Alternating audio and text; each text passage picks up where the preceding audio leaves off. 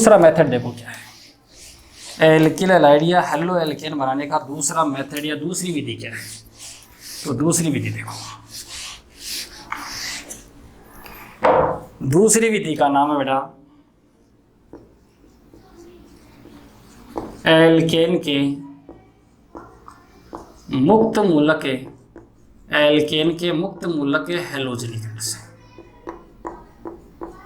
Alkene के मुक्त मूलक के हैलोजनीकरण से आपको क्या बनाना है, एल्केन बनाना, सॉरी हेलो एल्केन बनाना है। इधर देखो, सबसे पहले एल्केन के बारे में तो आप जानते ही हो, मुक्त मूलक का निर्माण कौन से विखंडन के दौरान होगा, सम्मांश विखंडन के दौरान होगा। और हैलोजनीकरण का मतलब क्या है, हैलोजनीकरण का मतलब होता है बेटा हाइड्रोजन के स्थान पर आपको हैलोजन समूह क्या करना है, जोड़ना है। अब किसका हैलोजनीकरण करना है, देखो नाम से ही मालूम चल रहा है एल्केन का हैलोजनीकरण करना है। तो आप कोई भी एल्केन ले लो, जैसे ये एल्केन ले लिया, अब हैलोजनीकरण करना है तो हैलोजन चाहिए, और हैलोजनीकरण करने के लिए हैलोजन, जैसे मान लो मैंने क्लोरीन ले लिया, क्या ले लिया, और हेलो करना क्या है, हैलोजनीकरण।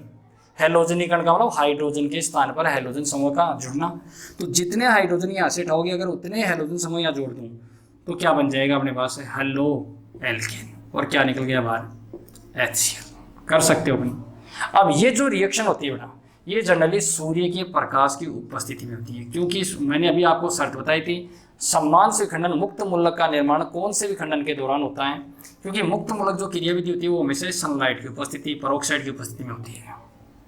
ठीक है, तो ना इसके मतलब नाम से मालूम चल रहा है कि एल्केन के मुक्त मूलक हैलोजनीकरण से, एल्केन सभी जानते हो, एल्केन का आपको क्या करवाना है, हैलोजनीकरण। हैलोजनीकरण का मतलब क्या होता है, एल्केन में से आप हाइड्रोजन हटा दो और हैलोजन समूह जोड़ दो। क्लियर है बात, बोलो। लेकिन इस समस्या में देखो रिएक्शन में क्या होता है, आप कोई भी एल्केन ले लो, उस एल्केन का जब सूर्य के प्रकाश की उपस्थिति में आप हैलोजनीकरण करवाते हो तो इसमें क्या होता है कि मोनो, डाई, ट्राई तथा पॉली हेलो एल्केनों का क्या प्राप्त होता है बेटा, मिश्रण प्राप्त होता है। क्या प्राप्त होता है, इन सबका क्या प्राप्त होगा, मिश्रण प्राप्त होगा। देखो कैसे, जैसे मान लो आपने मेथेन ले लिया, ठीक है, अब इसमें काम में क्या क्या रहा है, एक तो हैलोजन काम में आ रहा है और एक हाइड्रोजन हट रहा है। तो इससे पहले मैं आपको बता दूं कुछ छोटी छोटी बातें हैं जो अपने को ध्यान में रखनी है। इस रिएक्शन की तो बाद में बात करते हैं। हैलोजनीकरण का मतलब बता दिया, हाइड्रोजन के स्थान पर हैलोजन समूह का जुड़ना क्या कहलाता है, हैलोजनीकरण। मुक्त मूलक का निर्माण किसके उपस्थिति में होता है, सूर्य के प्रकाश की उपस्थिति में होता है। एल्केन सब जानते ही हो, एल्केन का क्या करवाना है, हैलोजनीकरण। इसका मतलब एक तो चाहिए आपको हैलोजन। तो इस रिएक्शन में एल्केन के प्रति हैलोजन की क्रियाशीलता का क्रम क्या रहेगा, हैलोजन की क्रियाशीलता का क्रम क्या है, क्रियाशीलता का क्रम। तो हैलोजन की क्रियाशीलता का क्रम होता है बेटा, फ्लोरीन सबसे ज़्यादा क्रियाशील होता है क्योंकि आकार बहुत छोटा होता है, उससे कम क्लोरीन, ब्रोमीन और आयोडीन। ये इस रिएक्शन में पूछ लेते हैं कि एल्केन के मुक्त मूलक हैलोजनीकरण में हैलोजन परमाणु की क्रियाशीलता का क्रम बताओ। तो सबसे ज़्यादा क्रियाशील कौन होता है, फ्लोरीन, उससे कम क्रियाशील होता है क्लोरीन, उससे कम क्रियाशील होता है ब्रोमीन और उससे कम क्रियाशील होता है आयोडीन। फ्लोरीन कभी कर फ्लोरीन देखो, अगर आप क्लोरीन लेते हो तो देखो, अगर हैलोजन लेते हो X तो उस रिएक्शन का नाम हो जाएगा हैलोजनीकरण। फ्लोरीन लोगे तो नाम क्या हो जाएगा, फ्लोरीनीकरण। क्लोरीन लोगे तो क्लोरीनीकरण, ब्रोमीन लोगे तो ब्रोमीनीकरण और आयोडीन लोगे तो आयोडीनीकरण। लेकिन जब भी आप किसी भी एल्केन का हैलोजनीकरण करवाते हो तो जनरली या तो लिया जाता है क्लोरीन या लिया जाता है ब्रोमीन, क्योंकि इसकी क्रियाशीलता क्या है बेटा, बहुत कम है। और इसकी क्रियाशीलता जब भी सनलाइट की प्रेजेंस में इसकी रिएक्शन करवाओगे तो ये रिएक्शन क्या होती है, बहुत तीव्र गति से होती है। तो कई बार क्या हो जाता है, विस्फोट हो जाता है, इसलिए खुद को मालूम नहीं चलता क्या बन रहा है वहाँ। ठीक है, तो इसलिए जनरली काम में देखो सनलाइट की प्रेजेंस में किसको लिया जाता है, क्लोरीन या ब्रोमीन को।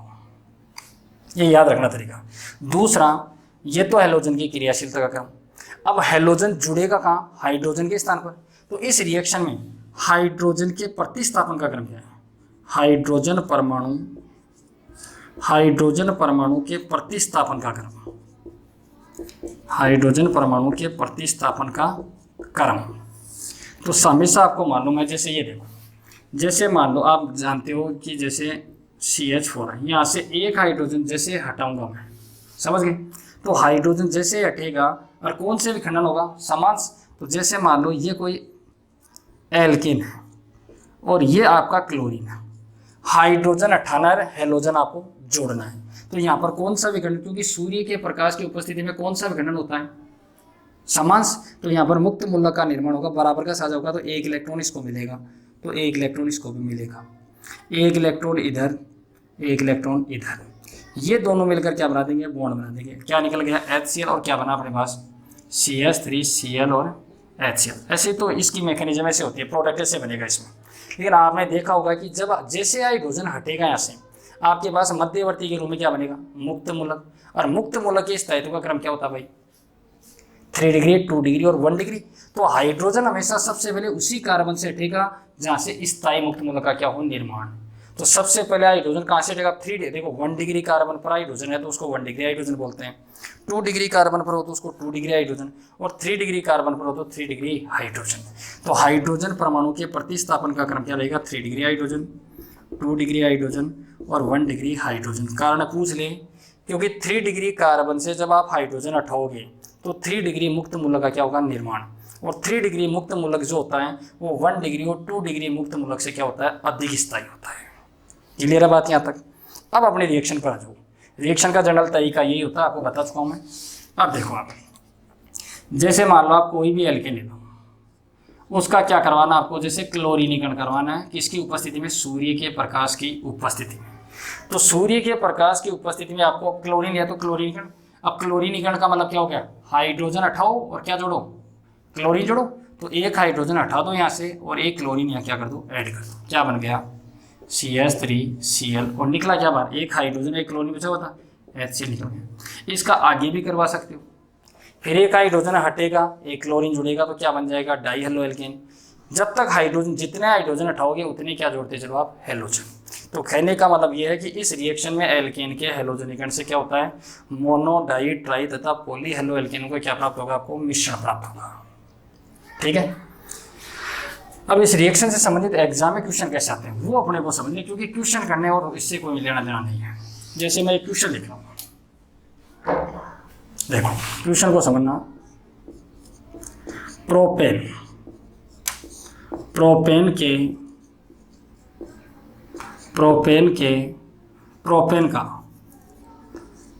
का सूर्य के प्रकाश की उपस्थिति में, क्लोरीनीकरण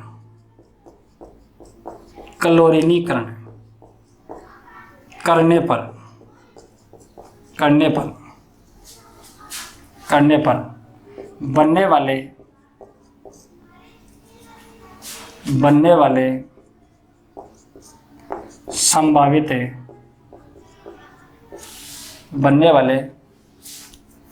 बनने वाले समावेवी मोनो हैलाइड बताइए। प्रोपेन का सूर्य के प्रकाश की उपस्थिति में बनने वाले समावेवी मोनो हैलाइड बताइए।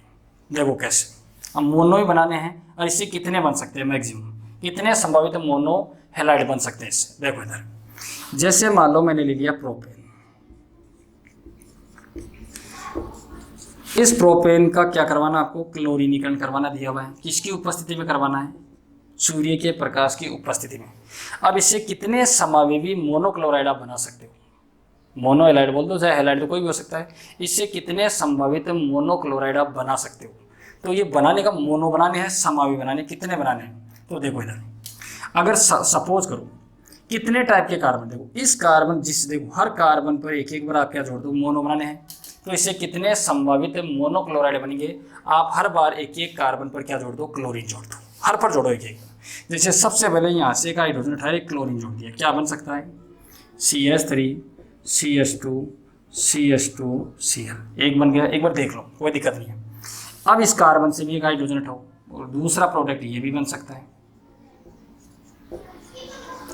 अब एक यहाँ से उठाकर देख लो, तो कितने प्रोडक्ट बन रहे हैं यहाँ पर, 3 प्रोडक्ट बन रहे हैं। अब तीनों का नाम लिखकर देखो, कोई भी नाम दोबारा रिपीट नहीं होना चाहिए। इसका नाम क्या बेटा, 1 क्लोरोप्रोपेन, इसका नाम क्या बेटा, 2 क्लोरोप्रोपेन, इसका नाम क्या बेटा, 1 क्लोरोप्रोपेन। तो ये नाम रिपीट हो गया। इसका मतलब इससे कितने संभावित समावेवी मोनोक्लोराइड बन सकते हैं, मैक्सिमम 2 ही बन सकते हैं इससे। आपको जब भी आपको देखो समावी मोनोक्लोराइड या हैलाइड पूछे जाएं तो आपको जितने भी कंपाउंड देखो जो भी एल्कीन दिया जाए उसके प्रत्येक कार्बन पर आप क्या कर दो, उसका हैलोजनीकरण कर दो और नाम लिखकर देख लो। कोई भी नाम अगर रिपीट होता है तो उसको काट दो। जैसे देखो अगला क्वेश्चन देखो, दूसरा क्वेश्चन देखो। जैसे आपसे बोलते हैं C5H12 है, ये क्वेश्चन आपकी बुक में है। C5H12 है अणुसूत्र वाले समावेवी एल्केनों को पहचानिए जो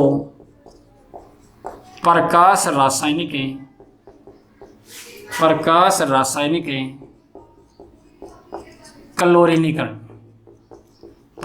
रासायनिक क्लोरीनीकरण पर देते हैं। क्या देते हैं? पहला क्वेश्चन देखो, केवल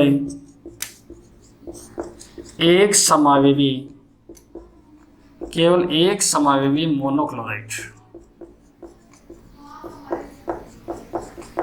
दूसरा क्वेश्चन दिया हुआ है 3 समावेवी मोनोक्लोराइड। तीसरा दिया हुआ है 4 समावेवी मोनोक्लोराइड।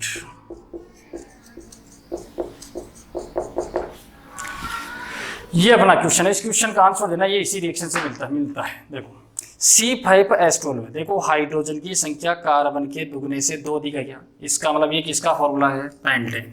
क्लियर हो गई बात? इस पेंटेन का क्या करवाना है? सूर्य के प्रकाश की उपस्थिति में क्या करवाना है? क्लोरीनीकरण।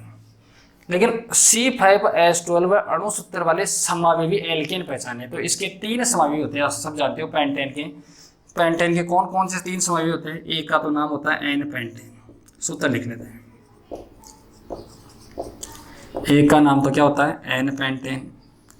एक का नाम होता है आइसोपेंटेन और एक का नाम क्या होता है बेटा? नियोपेंटेन। एक का नाम क्या होता है? नियोपेंटेन। इन सब का क्या करना है आपको? क्लोरीनीकरण। इसका भी क्या करवाना है? क्लोरीनीकरण। इसका भी क्या करवाना है? क्लोरीनीकरण। किसकी उपस्थिति में करवाना है? सूर्य के प्रकाश की उपस्थिति में। सूर्य के प्रकाश की उपस्थिति में। ये तो अपना क्वेश्चन था। अब अगला ये पूछ रहा है कि इन तीनों में से ऐसा कौन सा एल्केन है जिससे केवल एक समावेवी मोनोक्लोराइड बनेगा, जिससे केवल एक ही समावेवी बन सकता है, एक ही मोनोक्लोराइड बन सकता है। तो देखते हैं अभी इनमें से कौन सा है। सबसे पहले देखो इसका तरीका क्या। अभी मैंने आपको बताया था कि आपके एल्केन में जितने भी कार्बन हैं प्रत्येक कार्बन का आप क्या कर दो? क्लोरीनीकरण कर दो। उनका नाम लिखकर देख लो, कोई भी नाम रिपीट नहीं होना चाहिए। या दूसरा तरीका क्या है, देखो किसी भी जैसे मान लो कोई कार्बन है, अगर उस कार्बन से जुड़े समूह सेम है तो ये ध्यान रखना उनसे बनने वाला प्रोडक्ट हमेशा सेम ही रहेगा। देखो जैसे क्या इस कार्बन से जुड़ा हुआ, देखो अगर इस कार्बन का मैं क्लोरीनीकरण करूँ या क्लोरीन जोड़ूँ तो क्या नाम हो जाएगा? डायरेक्ट ही बताओ, 1 क्लोरोपेंटेन। इसका करवाता तो क्या नाम होता? वही बात होती 1 क्लोरोपेंटेन। इसका मतलब इन दोनों से बनने वाला प्रोडक्ट एक ही रहेगा। इसका करवाऊँ तो क्या नाम होगा? 2 क्लोरोपेंटेन। और इसका करवाता तो भी नाम क्या होता? 2 क्लोरोपेंटेन। करके देख लेना आप। इसका करवाऊँ तो 3 क्लोरोपेंटेन नाम होता कि नहीं? तो कितने समावेवी बन सकते हैं? इसे 3 आइसोमर, इससे 3 समावेवी मोनोक्लोराइड बन सकते हैं कि नहीं बन सकते? ये बताओ। बन सकते हैं। दूसरा देखो, इसमें देखो मैंने अभी बताया कि किसी भी कार्बन से जुड़े समूह जितने सेम होते हैं उनसे बनने वाला प्रोडक्ट एक ही होता है। जैसे इस कार्बन से जुड़े दोनों समूह सेम है क्या, तो इनसे बनने वाला प्रोडक्ट एक ही होगा। ये CH ये अलग टाइप का है ही नहीं है, तो ये B हो गया। ये जो CH2 है ये एक तरफ CH से एक तरफ किससे अलग टाइप का है, तो ये C। और ये CH3 देखो, ये CH3 दोनों किससे जुड़े हुए थे? CH से। ये CH3 किससे जुड़ा हुआ है? CH2 से। तो ये भी अलग टाइप का। फिर भी तुम्हारी समस्या आती है तो कोई दिक्कत नहीं, अभी इसको अलग से बता दूंगा मैं आपको, ठीक है। तो किसी भी कार्बन से जुड़े समूह जितने सेम होते हैं उनसे बनने वाला प्रोडक्ट एक ही होगा। तो इससे कितने टाइप के प्रोडक्ट बन सकते हैं? 1 2 3 और 4 प्रोडक्ट बन सकते हैं इससे। और इसमें इस कार्बन, देखो अभी मैंने बताया था इस कार्बन से जुड़े चारों समूह सेम है क्या भाई, तो इनसे बनने वाला प्रोडक्ट एक ही होगा कि नहीं होगा ये बताओ। और प्रोडक्ट बनते कब है, जब हाइड्रोजन हटेगा तभी हैलोजन जुड़ेगा। एक टाइप का ये कार्बन है लेकिन इस कार्बन पर क्या नहीं है, हाइड्रोजन, तो हाइड्रोजन है ही नहीं तो हैलोजन जुड़ेगा कैसे यहाँ से।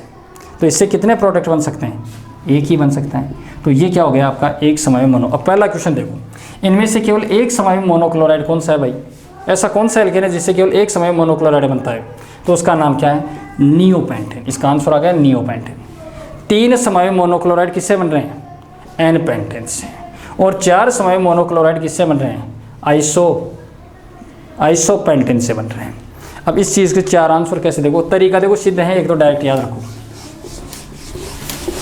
अब इन चीज़ों को मैं समझा दूँ अलग से, देखो जैसे आइसोपेंटेन से 4 प्रोडक्ट कैसे बन रहे हैं, CH CH CH3 CH2 CH3, इसका क्या करवा रहे थे, क्लोरीनेशन, किसकी उपस्थिति में, सूर्य। मैंने 2 तरीके बताए, एक तो आप प्रत्येक कार्बन का क्या करवा दो, क्लोरीनेशन करवा दो, एक बार सबका करवा दो, क्योंकि मोनो ही पूछ रहा है तो एक हैलोजन जोड़ने हर बार, तो हर का करवा दो। मैं सबका करवा रहा हूँ, पहले इसका करवा रहा हूँ, क्या बनेगा देखो अभी देख लेते हैं। CH3 CH CH3 CH2 CH2 Cl। अब दूसरे कार्बन का कर दो, CH3 CH CH3 CH Cl CH3। अब तीसरे कार्बन का कर दो, CH3 CH3 Cl CH2 CH3।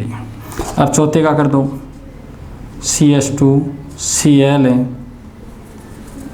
Cl CH2 CH CH3 CH2 CH3। अब ऊपर वाले का कर दो, इधर लिख देता हूँ ऊपर वाले का, CH3 CH CH2 Cl CH2 CH2 Cl।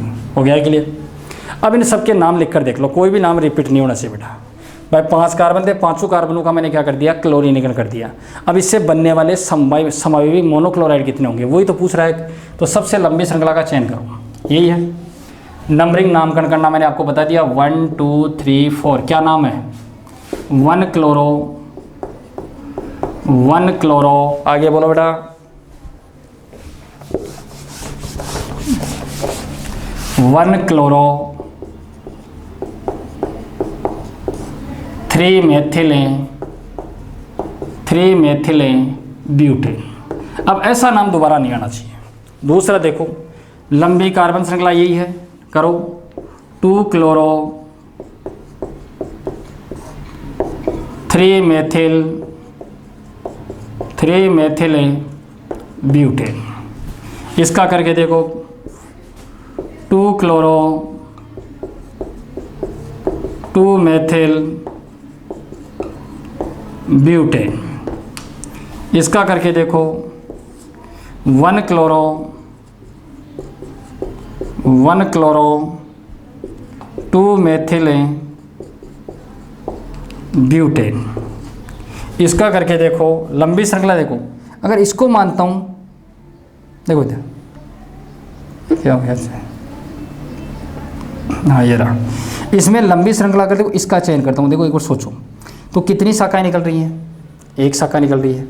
और अगर इसका चयन करता हूँ मैं, देखो इस श्रृंखला का, क्योंकि ये 4 कार्बन की है, लेकिन अगर इस श्रृंखला का चयन करता हूँ तो कितनी शाखाएं निकल रही हैं, और ये भी 4 कार्बन की है। तो श्रृंखला ऐसी का चयन करना जिसमें ज़्यादा से ज़्यादा क्या हो, शाखाएं। अब इसकी नंबरिंग कर लो, 1 2 3 4। क्या नाम है, 1 क्लोरो 2 मेथिल ब्यूटेन। क्या नाम था इसका भी, 1 क्लोरो 2 मेथिल ब्यूटेन। इसका मतलब ये नाम क्या हो गया, रिपीट हो गया बेटा। कितने टाइप के प्रोडक्ट बनने हैं, कितने समय मोनोक्लोराइड बनने हैं, 4। बन रहे कि नहीं बन रहे भाई, कर सकते हो। अगला देखो,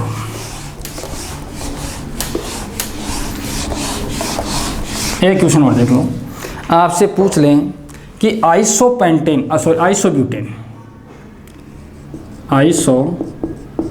क्वेश्चन अगला, आइसोब्यूटेन का सूर्य के प्रकाश की उपस्थिति में ब्रोमीनीकरण करने पर बनने वाले बनने वाले समावेवी मोनोक्लोराइड समावेवी मोनोब्रोमाइड बताइए। आइसोब्यूटेन का सूर्य के प्रकाश की उपस्थिति में ब्रोमीनीकरण करने पर बनने वाले समावेवी मोनोक्लोराइड बताइए कितने बनेंगे, उनके संरचना सूत्र। समावेवी मोनोब्रोमाइडों का संरचना सूत्र बताइए। ये मान लो सपोज करो क्वेश्चन हो आपका, एग्जाम ही आ जाए। तो देखो सबसे पहले आइसोब्यूटेन का सूत्र क्या होता है। तो ये आइसोब्यूटेन का मतलब तो समझ गए 4 कार्बन है, और आइसो कब लगता है जब एक ही कार्बन पर क्या जाए 2 मेथिल। तो एक ही कार्बन पर पहले 2 मेथिल समझ जोड़ दो, अब ये कार्बन और बच गया उसको आगे जोड़ दो, हो गया आइसोब्यूटेन। इसका करवाना क्या है, ब्रोमीनीकरण करवाना है। ब्रोमीन ले लो, किसकी उपस्थिति में करवाना है, सूर्य के प्रकाश की उपस्थिति में। अभी मैंने एक बात बताई थी, या तो प्रत्येक कार्बन का क्या कर दो ब्रोमीनीकरण कर दो, और या ये ध्यान रखो कि जिस कार्बन से अगर मान लो किसी भी कार्बन से जुड़े समूह सेम हो तो उनसे बनने वाला प्रोडक्ट एक ही होगा। जैसे CH है तो इस CH से जुड़े तीनों समूह सेम है क्या, ये बताओ है कि नहीं। तो इनसे बनने वाला प्रोडक्ट एक ही होगा बेटा, और CH अलग है तो इससे बनने वाले समावेवी मोनोब्रोमाइड कितने होंगे, 2 होंगे। ये सबका करके देख लो, कोई दिक्कत नहीं है। इसका करता हूँ पहले, क्या बनेगा CH3 CH CH3 CH2Br। अब सेकेंड नंबर का कर लो, CH3 CH3 CH3Br। अब इसका करके देख लो, Br CH2 CH3 CH3। अब ऊपर वाले का करके देख लो, CH3 CH CH2Br CH3। अब नाम लिखकर देख लो, क्या नाम है, 1-ब्रोमो 2-मेथिल प्रोपेन। इसका भी नाम लिखकर देख लो, क्या नाम है, 2-ब्रोमो 2-मेथिल प्रोपेन। अलग हो गए दोनों। इसका नाम लिखकर देखो क्या नाम है, इसका नाम लिखकर देख लो क्या नाम है, 1-ब्रोमो 2-मेथिल प्रोपेन, सेम ही नाम है। इसका नाम लिखकर देख लो 1-ब्रोमो 2-मेथिल प्रोपेन, ये भी सेम ही है। तो प्रोडक्ट कितने बन रहे हैं, मैक्सिमम 2 ही बन रहे हैं। कर सकते हो। इससे संबंधित एक टाइप के क्वेश्चन और आते हैं। देखो आपकी बुक के पीछे दिया हुआ है कि प्रोपेन के संभावित डाई हैलोजन उत्पन्न बताइए, कि प्रोपेन से आप कितने डाई हैलोजन उत्पन्न बना सकते हो। तो एग्जाम्पल है प्रोपेन, और उस प्रोपेन से आपको डाई हैलोजन उत्पन्न आप मैक्सिमम कितने बना सकते हो। तो देखो डाई का मतलब है, जैसे प्रोपेन है तो प्रोपेन में आपको अलग अलग कार्बनों पर कैसे भी दाएं बाएं जोड़कर 2 हैलोजन जोड़ने हैं। अब कितने जोड़ सकते हो आप, कितने कंपाउंड बना सकते हो। जैसे मान लो एथेन है, एक बार ये समझ लो, और ये हैलोजन है। आपसे पूछा जाए कि एथेन के डाई हैलोजन उत्पन्न बताइए, कितने इसके संभावित डाई है, कितनी संभावनाएं बन सकती हैं, इससे कितने डाई हैलोजन उत्पन्न बना सकते हो आप। तो डाई का मतलब तो 2 हैलोजन जोड़ने हैं, वो कहीं भी जोड़ दो। अगर एक बार दोनों हैलोजन यही जोड़ दूँ क्या, CH3, तो जितने हैलोजन जोड़ूंगा उतने हाइड्रोजन उठाने पड़ेंगे। एक दोनों पर जोड़ दूँ क्या, ये हो गया। अब की बार दोनों हैलोजन यहाँ जोड़ दूँ क्या, तो बात तो वही आ गई। अगर यहाँ जोड़ो चाहे यहाँ जोड़ो, बात तो वही है। तो एथेन से कितने डाई हैलोजन उत्पन्न बना सकते हो आप, 2 ही बना सकते हो। तो क्वेश्चन आपकी बुक के पीछे दिया गया है कि आप प्रोपेन से कितने डाई हैलोजन उत्पन्न बना सकते हो। ये प्रोपेन है, और इस प्रोपेन से आप कितने डाई हैलोजन उत्पन्न बना सकते हो, बताओ। तो इससे देखो कितने बना सकते हैं, देखते हैं। एक बार यहाँ दोनों हैलोजन यही जोड़ देता हूँ,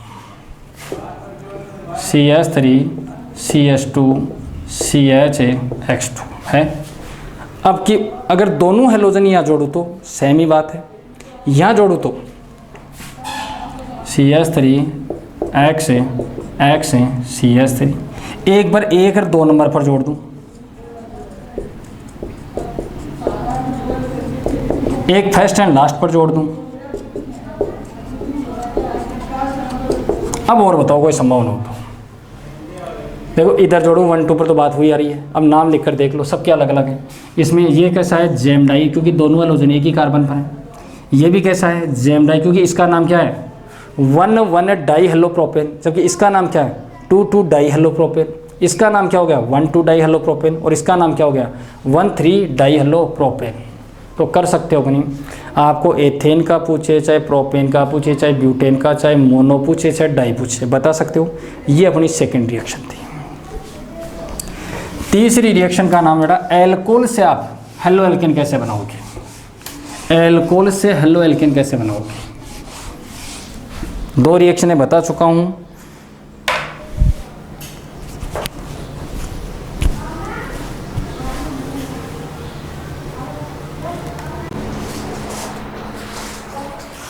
हाँ बेटा देखो, तीसरी विधि हेलो एल्केन बनाने की तीसरी विधि का नाम बेटा एल्कोहल से। एल्कोहल से हेलो एल्केन का फॉर्मेशन कैसे करेंगे देखना। देखो एल्कोहल से हेलो एल्केन बनाने के बेटा तीन मेथड है, तीन तरीके हो सकते हैं। फर्स्ट मेथड आपका HX। HX के साथ अभिक्रिया करके आप क्या बना सकते हो, हेलो एल्केन बना सकते हो। HX के साथ अभिक्रिया। दूसरा तरीका अपने पास है फास्फोरस से हैलाइडों के साथ अभिक्रिया करके। फास्फोरस से हैलाइडों के साथ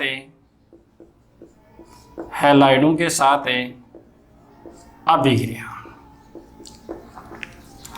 और तीसरी रिएक्शन का नाम है थायोनिल क्लोराइड के साथ। थायोनिल क्लोराइड के साथ अभिक्रिया। कहने का मतलब क्या है कि एल्कोहल की अभिक्रिया HX के साथ एक तो अभिक्रिया करवा कर क्या बना सकते हो आप, हेलो एल्केन। एक एल्कोहल की अभिक्रिया फास्फोरस के जो हैलाइड है उनके साथ अभिक्रिया करके भी आप क्या बना सकते हो, हेलो एल्केन। और तीसरा मेथड है कि एल्कोहल की अभिक्रिया अगर मैं थायोनिल क्लोराइड से करवा दूं तब भी आप क्या बना सकते हो, हेलो एल्केन बना सकते हो। इसमें फर्स्ट तरीका देखते हैं HX के साथ अभिक्रिया। तो फर्स्ट कंडीशन क्या हो गई यहाँ पर अपने पास है एल्कोहल की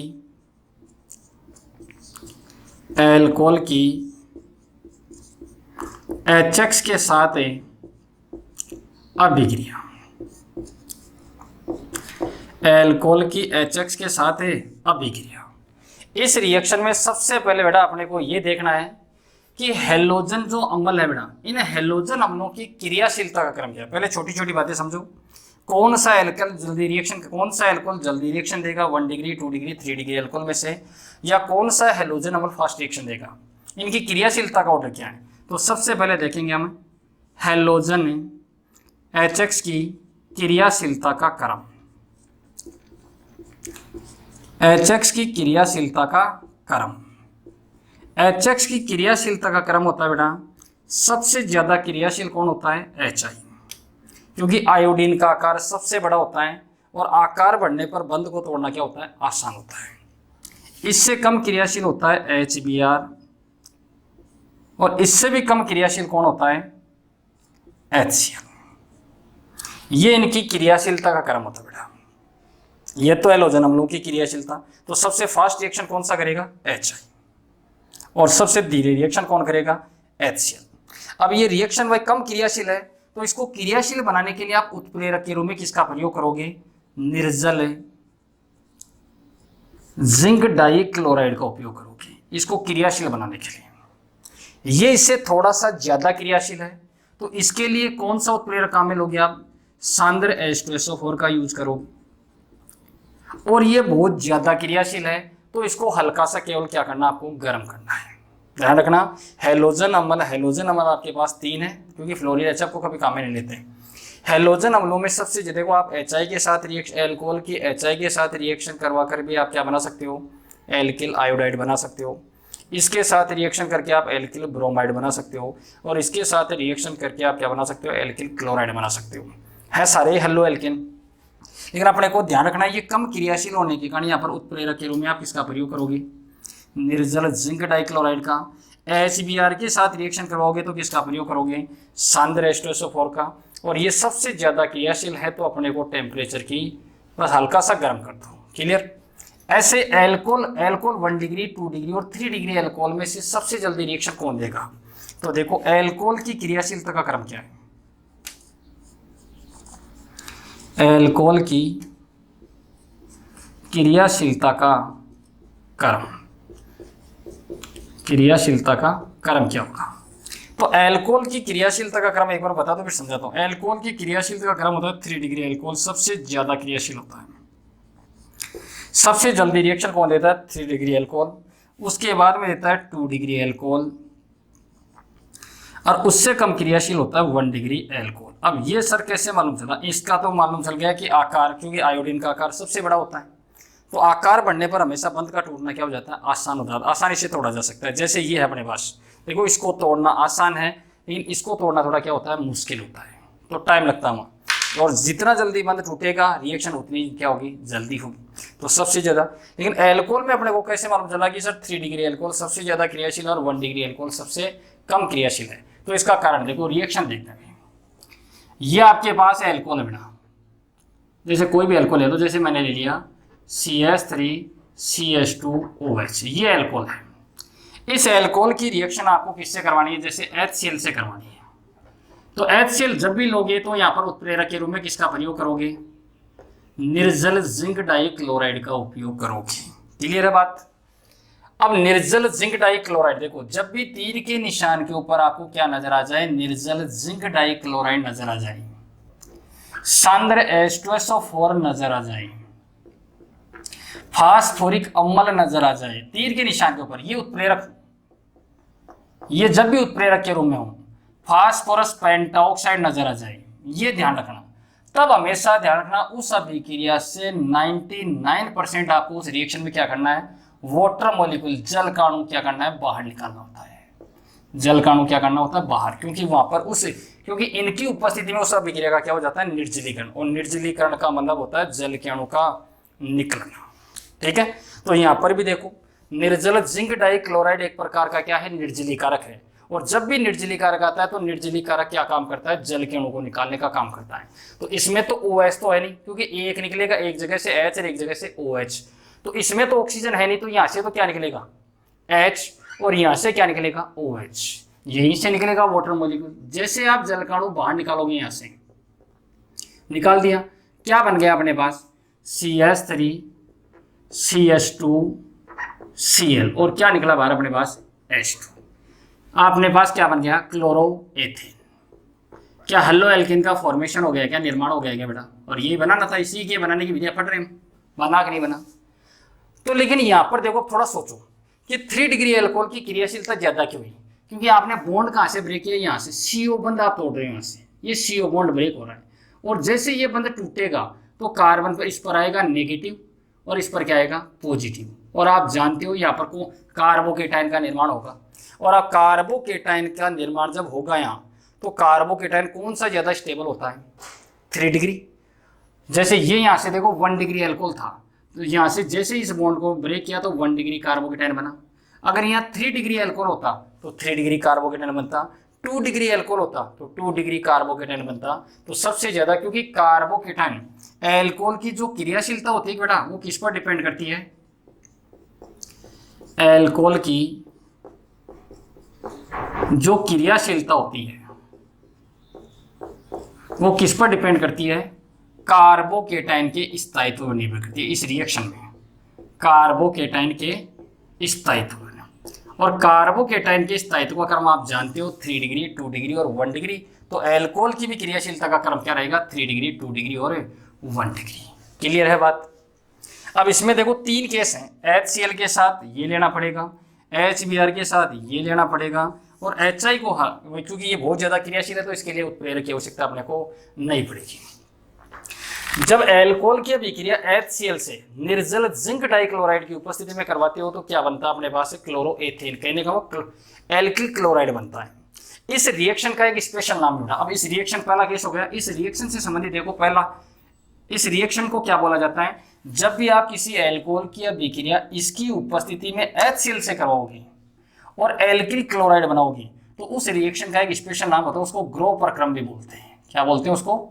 ग्रो प्रक्रम। एक टाइप की ये नेम रिएक्शन है। पहली बात तो आपसे कोई पूछ ले कि ग्रो प्रक्रम किसे कहते हैं, तो बता सकते हो कि एल्कोहल की अभिक्रिया निर्जल जिंक डाइक्लोराइड की उपस्थिति में जब सांद्र HCl से करवाते हैं तो एल्किल क्लोराइड बनता है। उस अभिक्रिया को हम क्या बोलते हैं बेटा? ग्रो प्रक्रम बोलते हैं। बता सकते हो, पहली जानकारी। दूसरी बात देखो, जो सांद्र HCl और निर्जल जिंक डाइक्लोराइड है बेटा, सांद्र HCl प्लस है निर्जल है जिंक डाइक्लोराइड का जो मिश्रण होता है, इस मिश्रण को हम एक स्पेशल नाम से जानते हैं, इसका नाम होता है लुकास अभिकर्मक। इसको क्या बोलते हैं हम? लुकास अभिकर्मक। तो दूसरा क्वेश्चन ये भी बन जाता है कि लुकास अभिकर्मक किसे कहते हैं बेटा? तो सांद्र HCl और निर्जल जिंक डाइक्लोराइड के मिश्रण को क्या कहा जाता है? लुकास अभिकर्मक कहते हैं। क्लियर? तीसरी बात देखो, लुकास अभिकर्मक का रोल क्या होता है? तो लुकास अभिकर्मक के द्वारा आप 1 डिग्री, 2 डिग्री व 3 डिग्री एल्कोहल में क्या बता सकते हो? अंतर बता सकते हो। क्या कर सकते हो? विभेद कर सकते हो। लुकास अभिकर्मक के द्वारा 1 डिग्री, 2 डिग्री और 3 डिग्री एल्कोहल में क्या बता सकते हो? अंतर। क्योंकि एल्कोहल जनरली कैसा होता है बेटा? रंगीन होता है। तो अपने को कैसे मालूम चले कि ये 1 डिग्री एल्कोहल है, ये 2 डिग्री एल्कोहल और ये 3 डिग्री एल्कोहल है? तो इसको लैब में कैसे चेक करते हैं मैं आपको बताऊं। जैसे ऐसी परख नलियां होती है जिनको बोलते हैं टेस्ट ट्यूब। ये 3 टेस्ट ट्यूब अपने पास, या 3 गिलास ले लो, ये 3 गिलास है अपने पास, या 3 टेस्ट ट्यूब बोल दो इनको। ठीक है, मान लो सपोज करो इनमें से एक में 1 डिग्री एल्कोहल, एक में 2 डिग्री एल्कोहल और एक में 3 डिग्री एल्कोहल है। अपने को मालूम नहीं क्योंकि सारे कलरलेस होते हैं, रंगीन होते हैं। इनमें थोड़ा थोड़ा ये एल्कोहल डाल दिया मैंने, तीनों में अलग अलग है, ये डाल दिया। अब अपने को कैसे मालूम चले? क्योंकि ये तो सारे रंगीन है कि इनमें कौन किसमें 1 डिग्री है, किसमें 2 डिग्री एल्कोहल और किसमें 3 डिग्री एल्कोहल है। तो पहचान करने के लिए क्या करते हैं, इसमें 2 बूंद तो आप डालते हो सांद्र HCl की, और 2 ही बूंद डालते हो किसकी? जिंक डाइक्लोराइड की। तीनों में सब में डालनी है 2-2 बूंदें, डाल दी। डालने के बाद जिसमें सबसे पहले सफेद धुंधला सा रंग आ जाए, सफेद सा रंग आ जाए, इसका मतलब वहां पर रिएक्शन फास्ट हो रही है कि नहीं? है कि नहीं? तो जिसमें तुरंत सफेद रंग आ जाए, इसका मतलब समझना वो क्या है आपका? 3 डिग्री एल्कोहल है। सपोज करो इसमें आ गया, तो वो कौन सा एल्कोहल होगा आपका? 3 डिग्री एल्कोहल। क्यों होगा? क्योंकि अभी मैंने आपको बताया, क्योंकि एल्कोहल की क्रियाशीलता किस पर डिपेंड करती है? कार्बोकेटायन। और कार्बोकेटायन कौन सा ज्यादा स्टेबल होता है? 3 डिग्री। तो एल्कोहल भी कौन सा ज्यादा क्रियाशील होगा? 3 डिग्री। और जो जितना ज्यादा क्रियाशील होगा वो उतनी जल्दी क्या देगा? रिएक्शन देगा। तो सबसे जल्दी जिसमें भी सफेद रंग या धुंधलापन सा आ रहा है, गंदा सा धुंधला सफेद सा रंग आ जाता है, तो वो समझना 3 डिग्री एल्कोहल। थोड़ी देर बाद जिसमें आए वो समझना 2 डिग्री, और जिसमें लास्ट में आए या कलर आए नहीं, इसका मतलब वो कौन सा एल्कोहल है? 1 डिग्री एल्कोहल। तो आपने फर्स्ट रिएक्शन पढ़ी एल्कोहल की HX के साथ अभिक्रिया, जिसमें मैं 3 केस ले रहा हूँ, HCl, HBr और HI। सबसे पहले मैं एल्किल क्लोराइड बनाने का मेथड बताया कि एल्कोहल की अभिक्रिया जब भी आप सांद्र HCl से इसकी उपस्थिति में करोगे तो क्या बनेगा? Alkyl chloride. और इस मेथड को एक स्पेशल नाम से जाना जाता है जिसका नाम होता है ग्रोव प्रक्रम। दूसरी बात बताई मैंने, सांद्र HCl और निर्जल जिंक डाइक्लोराइड का जो मिश्रण होता है, इस मिश्रण को किस नाम से जाना जाता है बेटा? लुकास अभिकर्मक। ये लुकास अभिकर्मक क्या काम करता है? तो इसके द्वारा आप 1 डिग्री, 2 डिग्री और 3 डिग्री एल्कोहल में क्या बता सकते हो? अंतर बता सकते हो। अंतर कैसे बताएं? तो ये भी आप बता सकते हो कि अपने सबसे पहले आपको मान लो 3 बीकर दे दिए गए, और तीनों में से एक में 1 डिग्री एल्कोहल है, एक में 2 डिग्री एल्कोहल और एक में क्या है? 3 डिग्री एल्कोहल है। तीनों में आप क्या करो? लुकास अभिकर्मक की 2-2 बूंदे डाल दो। जिसमें तुरंत सफेद रंग आ रहा है, समझना वो 3 डिग्री एल्कोहल होगा।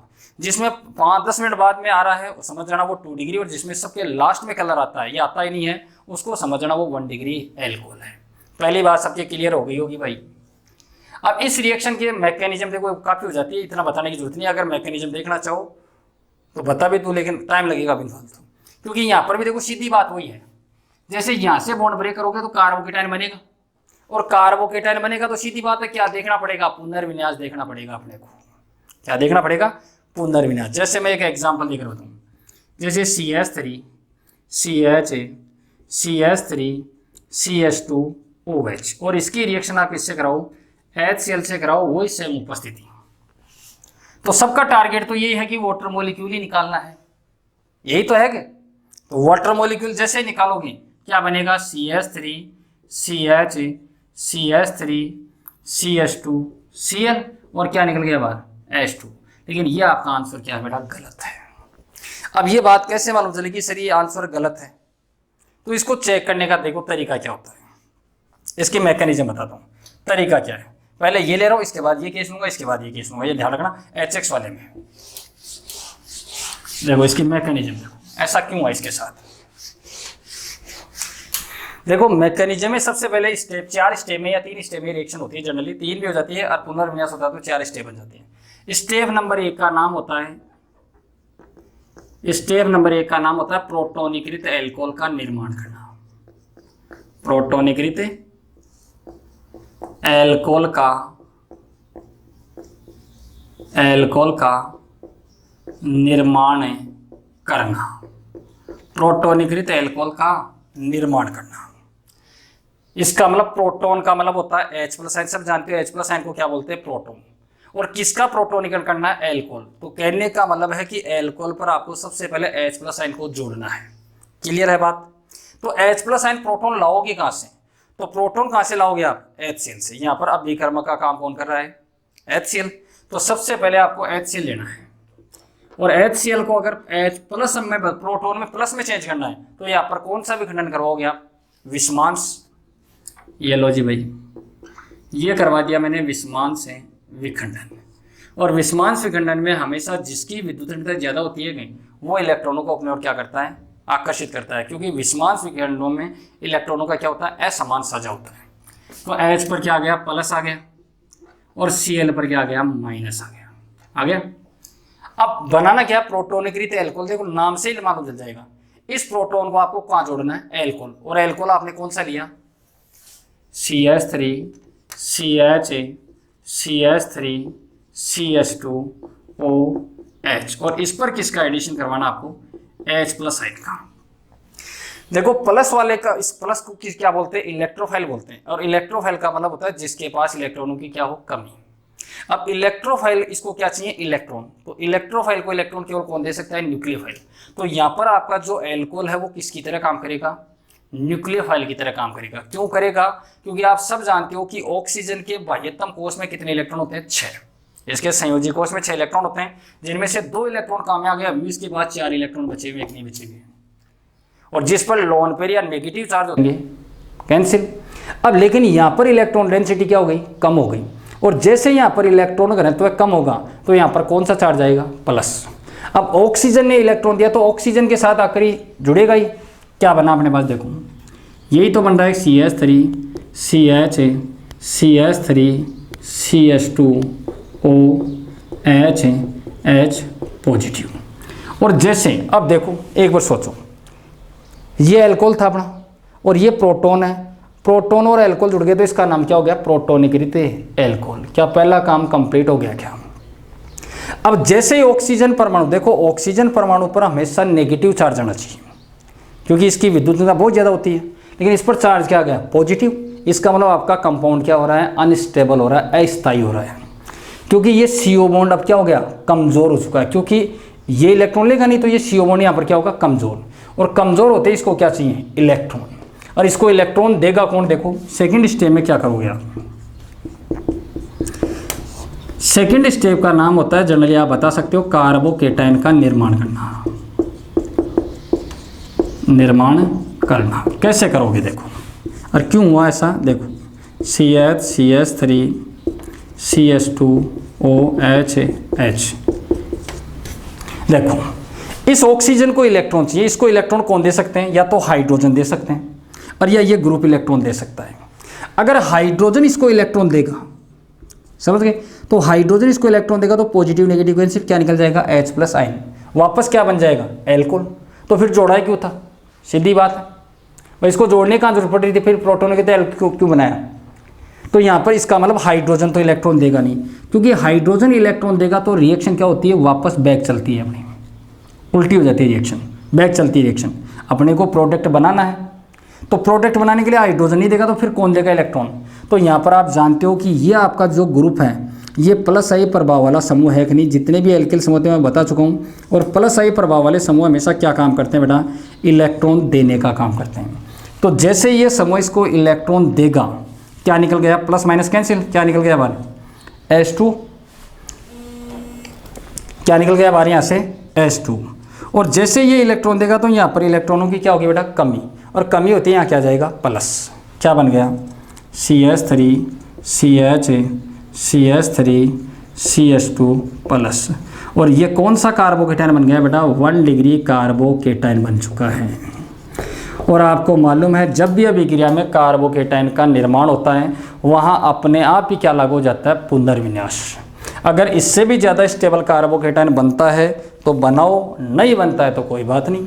तो अगली स्टेप का नाम है पुनर्विन्यास करना।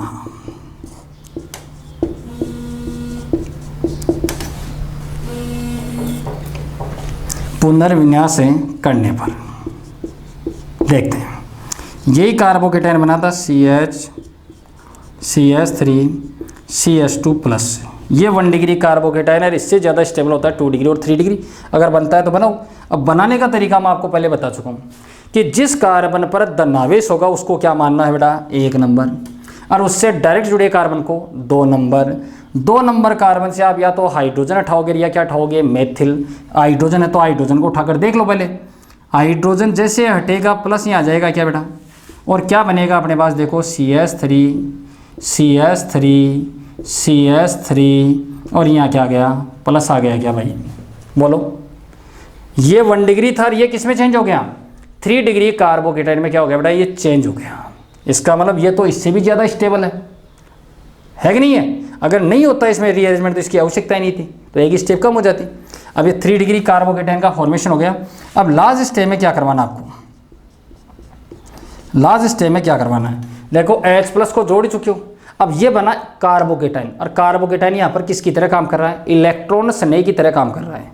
ये L+ आ गया तो ये इलेक्ट्रॉन स्नेह, और इलेक्ट्रॉन स्नेह को क्या चाहिए, इलेक्ट्रॉन, और इसको इलेक्ट्रॉन कौन दे सकता है, न्यूक्लियोफाइल। तो लास्ट स्टेप में क्या होगा, इस कार्बोकेटाइन पर क्या करेगा, न्यूक्लियोफाइल नाभिक स्नेह क्या करेगा, अटैक करके और क्या बनाएगा, प्रोडक्ट। तो देखो CH3 और इसको इलेक्ट्रॉन कौन देगा, Cl- देगा इलेक्ट्रॉन इसको, और क्या बना देगा, प्रोडक्ट बना देगा। वाटर मॉलिक्यूल निकला कि नहीं निकला, निकल गया, रिएक्शन में निकला था। लेकिन प्रोडक्ट देखो अपना तो इसका अकॉर्डिंग तो डायरेक्ट करते हैं तो ये आ रहा है, और राइट आंसर क्या आ रहा है, ये आ रहा है। तो थोड़ा इन चीज़ों का ध्यान रखना है कि बॉन्ड कहाँ से ब्रेक कर रहे हो, वहाँ पर अगर कार्बोकेटाइन का फॉर्मेशन हो रहा है तो वहाँ पर पुनर्विन्यास को ज़रूर देखना है। देखो आपके सामने इतनी बड़ी बाधा नहीं आएगी, ये आगे की बातें थोड़ी सी आप नॉर्मल, बस ये थोड़ा बहुत इतना याद रखना, यहाँ से बॉन्ड ब्रेक कर देना, अपना राइट आंसर होगा। ठीक है, पहला केस कंप्लीट हो गया है HX के साथ अभिक्रिया। अब बात करें कि अगर मान लो एल्किल ब्रोमाइड बनाना हो तो क्या करना होगा, तो एल्किल ब्रोमाइड बनाने का तरीका देखते हैं। अगर आपको एल्किल ब्रोमाइड बनाना हो तो क्या करोगे,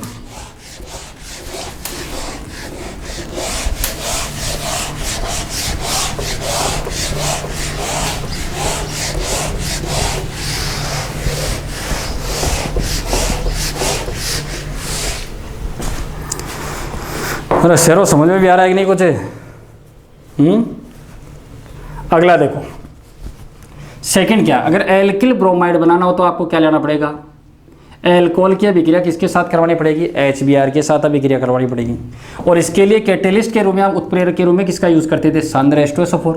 तो देखो ये जैसे आपके पास एल्कोहल है बेटा, और इस एल्कोहल की अभिक्रिया किससे करवानी है, HBr से। किसकी उपस्थिति में करवानी है, सांद्र H2SO4। यही है क्या, सांद्र H2SO4 भी किसकी तरह काम करता है, निर्जलीकारक। और निर्जलीकरण का मतलब होता है इस रिएक्शन में से क्या निकलना चाहिए, जलकाणु। तो यहाँ से जलकाणु निकाल दो बाहर, क्या बन गया, एल्किल ब्रोमाइड, और क्या निकला बाहर, H2। ऐसी सेम रिएक्शन है HI के साथ। अब HI की क्रियाशीलता अधिक होने के कारण इसके लिए किसी कैटेलिस्ट की आवश्यकता, अपने को उत्प्रेरक की आवश्यकता नहीं बनती। आप एल्कोहल की अभिक्रिया किससे करवा दो, जब HI से करवाओगे और हल्का सा गर्म कर दोगे तो यहाँ से वाटर मॉलिक्यूल बाहर निकल जाएगा, और क्या बनेगा अपने पास, एल्किल आयोडाइड और H2। तो एल्कोहल की अभिक्रिया HX के साथ पहली रिएक्शन आपकी कंप्लीट हो गई है।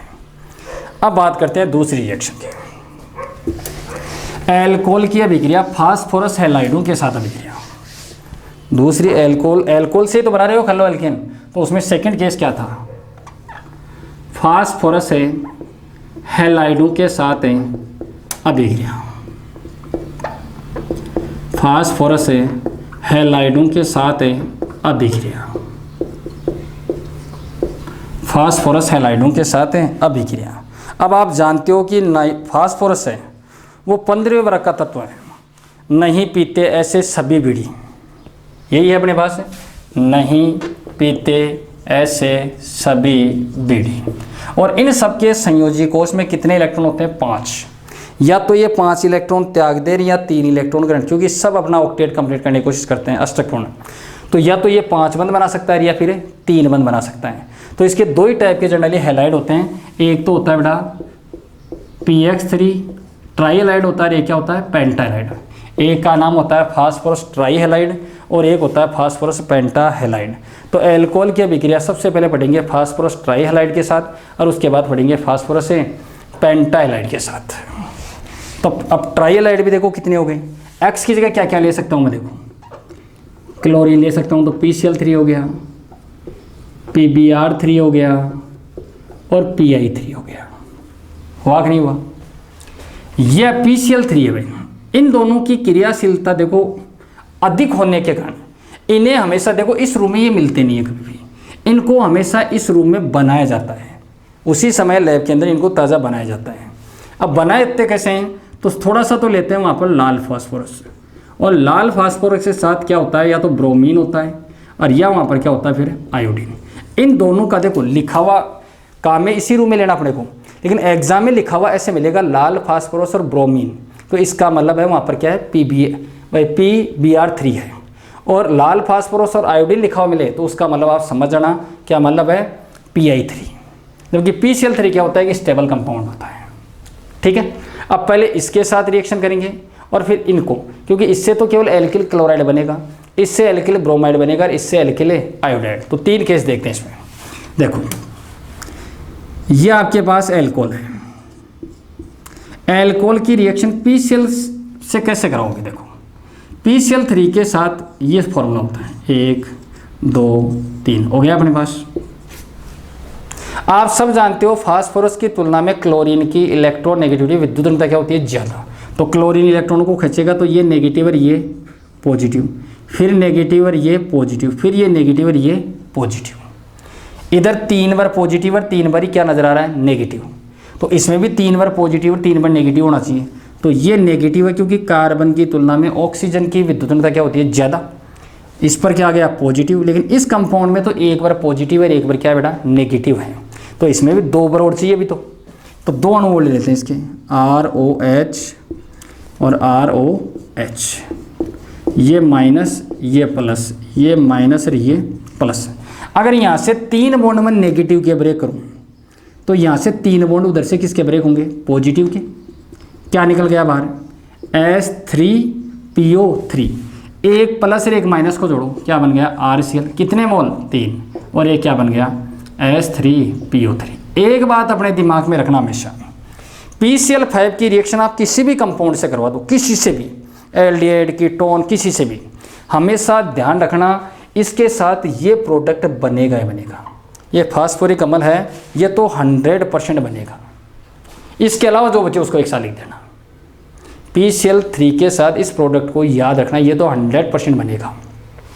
ठीक है, कर सकते हो, आसान सी रिएक्शन है। दूसरी अगर आपको देखो, अगर आपको एल्किल ब्रोमाइड बनाना हो, फास्फोरस ट्राईहैलाइड, अब एल्किल ब्रोमाइड बनाना है तो आपको क्या चाहिए PBr3, और PBr3 की क्या होता है बेटा बहुत ज़्यादा क्रियाशील होते हैं, तो इनकी स्टेबिलिटी क्या होती है कम होती है। तो इनको हमेशा किस रूम में लिया जाता है इस रूम में।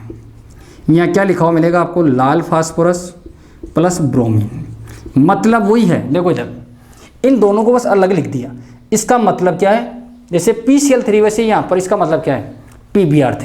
तो हेलोजन ही तो चेंज किया है, तरीका तो वही है। तो क्या बनेगा आप सीधा ही बता दो मेरे को। एक प्रोडक्ट तो मैंने अभी बताया फिक्स बनेगा, क्या बनेगा H3PO3, और क्या बनेगा Cl की जगह क्या आ गया केवल ब्रोमीन, क्या बन गया 3 एल्किल ब्रोमाइड, है कि नहीं। ऐसे अगर आपको एल्किल आयोडाइड बनाना हो तो इसकी जगह क्या कर दोगे आयोडीन, तो ये प्रोडक्ट तो फिक्स ही है, यहाँ क्या आ जाएगा तो क्या बन जाएगा एल्किल आयोडाइड। कर सकते हो। इसके लिए आगे एक ट्रिक भी बताऊंगा आपको। अगला देखो, पेंटाहैलाइड की बात करें तो पेंटाहैलाइड में एक ही कंपाउंड अपने पास PCl5। अगर एल्कोहल की अभिक्रिया PCl5 से करवाएं तो देखो ये आपका एल्कोहल है और इस एल्कोहल की अभिक्रिया किससे करवानी है PCl5। ऐसे लिख सकता हूँ इसको। ऐसा क्यों लिखता हूँ देखो इसका कारण क्या है, क्योंकि PCl5 में संकरण कौन सा होता है sp3d होता है, और इसकी जो ज्योमेट्री होती है ज्यामिति होती है वो त्रिकोणीय द्विपिरामिडीय होती है, त्रिकोणीय द्विपिरामिडीय होती है, ऐसी होती है इसकी स्ट्रक्चर। इसका मतलब दो तो क्या है, एकदम एक्सिस पर है, एकदम आमने सामने, और 3 बॉन्ड क्या है, कोणों पर है। तो 3 बॉन्ड तो कोणों पर बना दिए, 2 एक्सिस हैं, हो गया। अब सब जानते हो ऑक्सीजन पर हमेशा चार्ज क्या होता है बेटा, बोलो, नेगेटिव, और नेगेटिव के पास हमेशा कौन रह सकता है, पॉजिटिव। इसका मतलब ये भी पॉजिटिव है, ये भी कौन है, पॉजिटिव। अभी मैंने थोड़ी देर पहले बताया था फास्फोरस की तुलना में क्लोरीन की विद्युत ऋणता क्या होती है, ज़्यादा। तो इस पर क्या आएगा प्लस, तो इस पर क्या होगा माइनस, तो इस पर भी क्या होगा माइनस। अगर एक बॉन्ड यहाँ से मैं पॉजिटिव का ब्रेक करूँ तो यहाँ से एक बॉन्ड किसका ब्रेक होगा, नेगेटिव। क्या निकल गया, HCl। इधर आओ, एक बॉन्ड अगर मैं पॉजिटिव का ब्रेक करूँ तो एक बॉन्ड यहाँ से किसका ब्रेक होगा, नेगेटिव। क्या निकल गया, RCl। क्या एल्किल क्लोराइड बन चुका है क्या, और बचा हुआ क्या है, POCl3।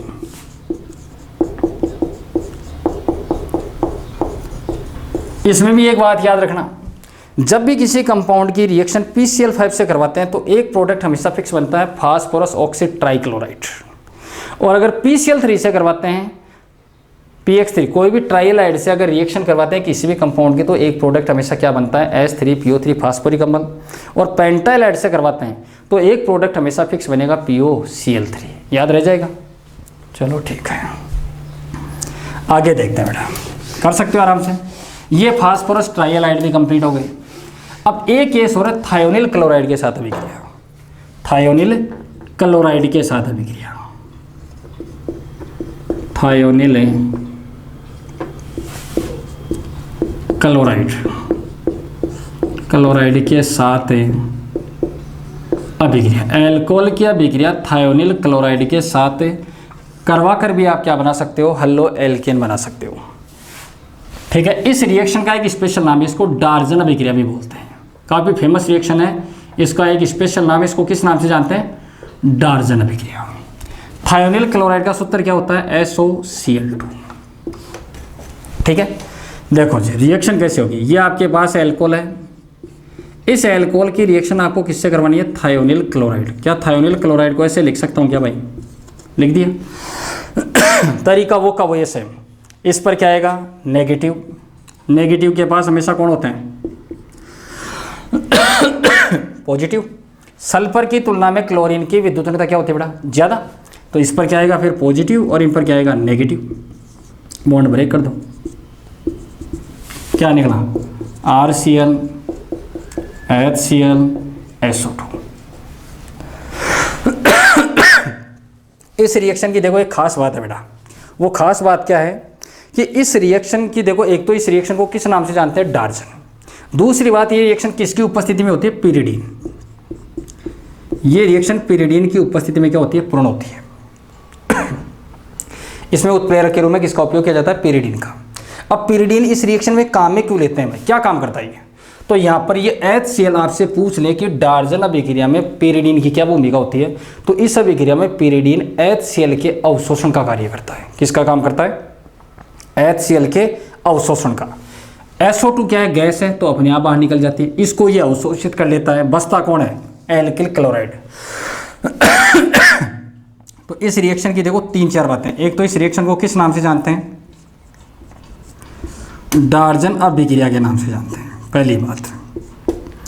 दूसरी बात इस रिएक्शन की है, इस अभिक्रिया में पिरिडीन क्या करता है, इस अभिक्रिया में पिरिडीन HCl के अवशोषण का कार्य करता है। खूब एग्जाम में पूछते हैं।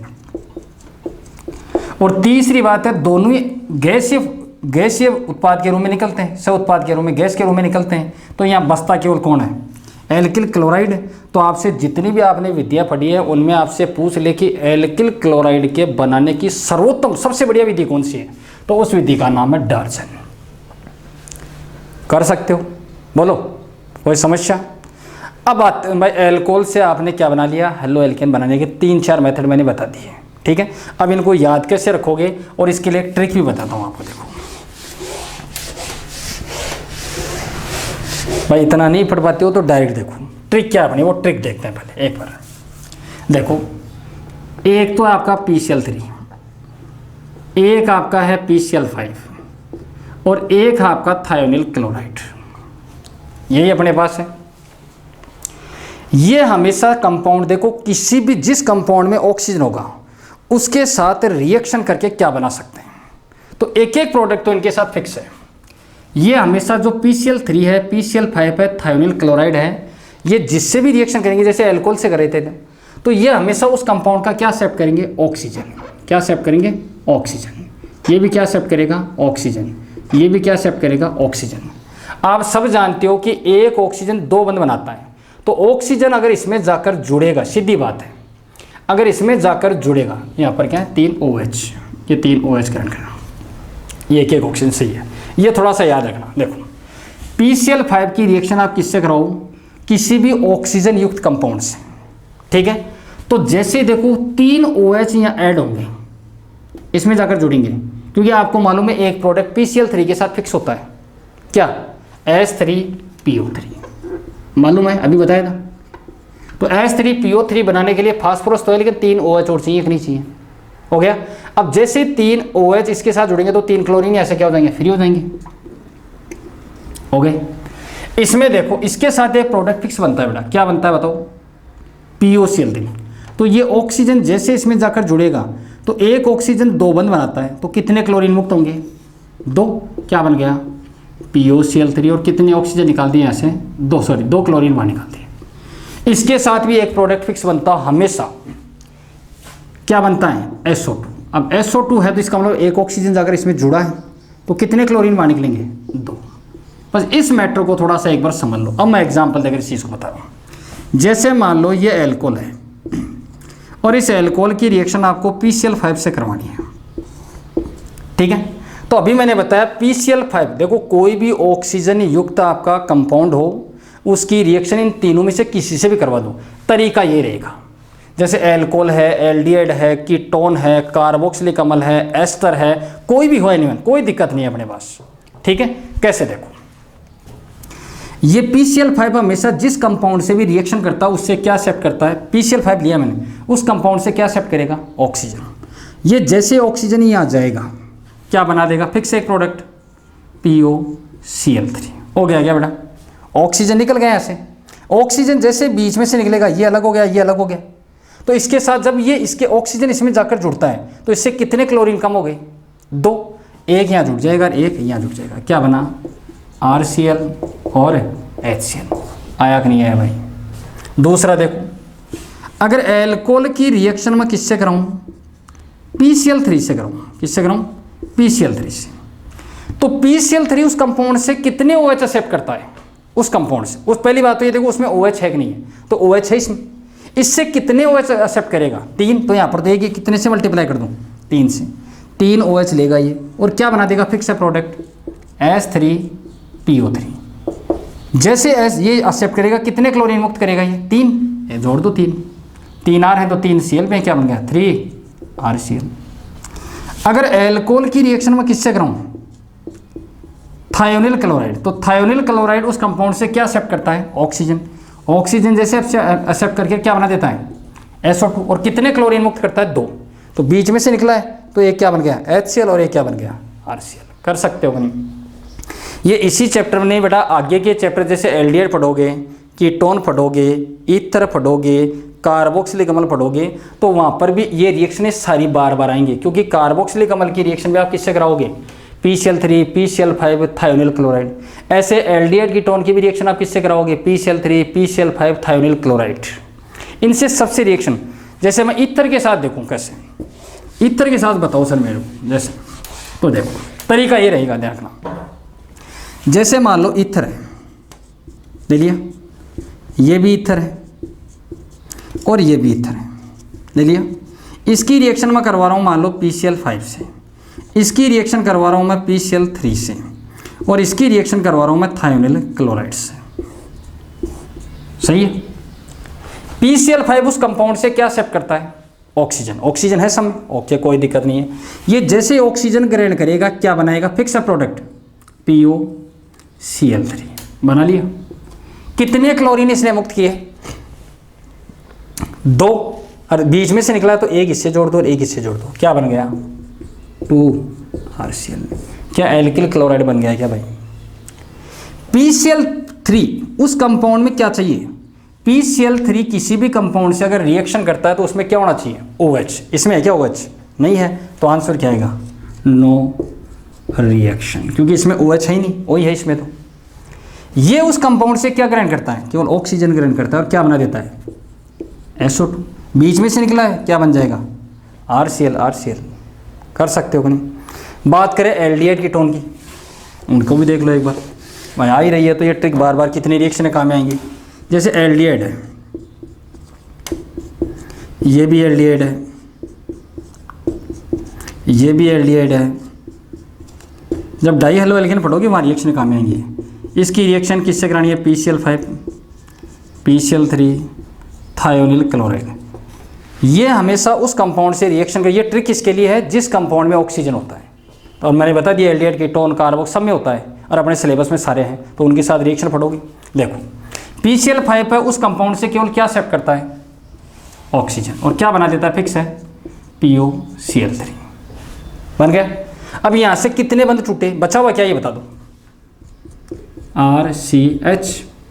इसने कितने क्लोरीन मुक्त किए, 2, तो दोनों कहाँ जुड़ेंगे, इसी की वैलेंसी, यहीं से 2 बंद टूटे हैं, जितने बंद टूटते हैं उतने बंद बनाने पड़ते हैं, तो इसी से टूटे हैं दोनों, तो यहीं पर दोनों क्लोरीन जोड़ दो, क्या बन गया, जेम डाइलाइड बन गया। क्या, क्योंकि दोनों हेलोजन एक ही कार्बन पर हैं।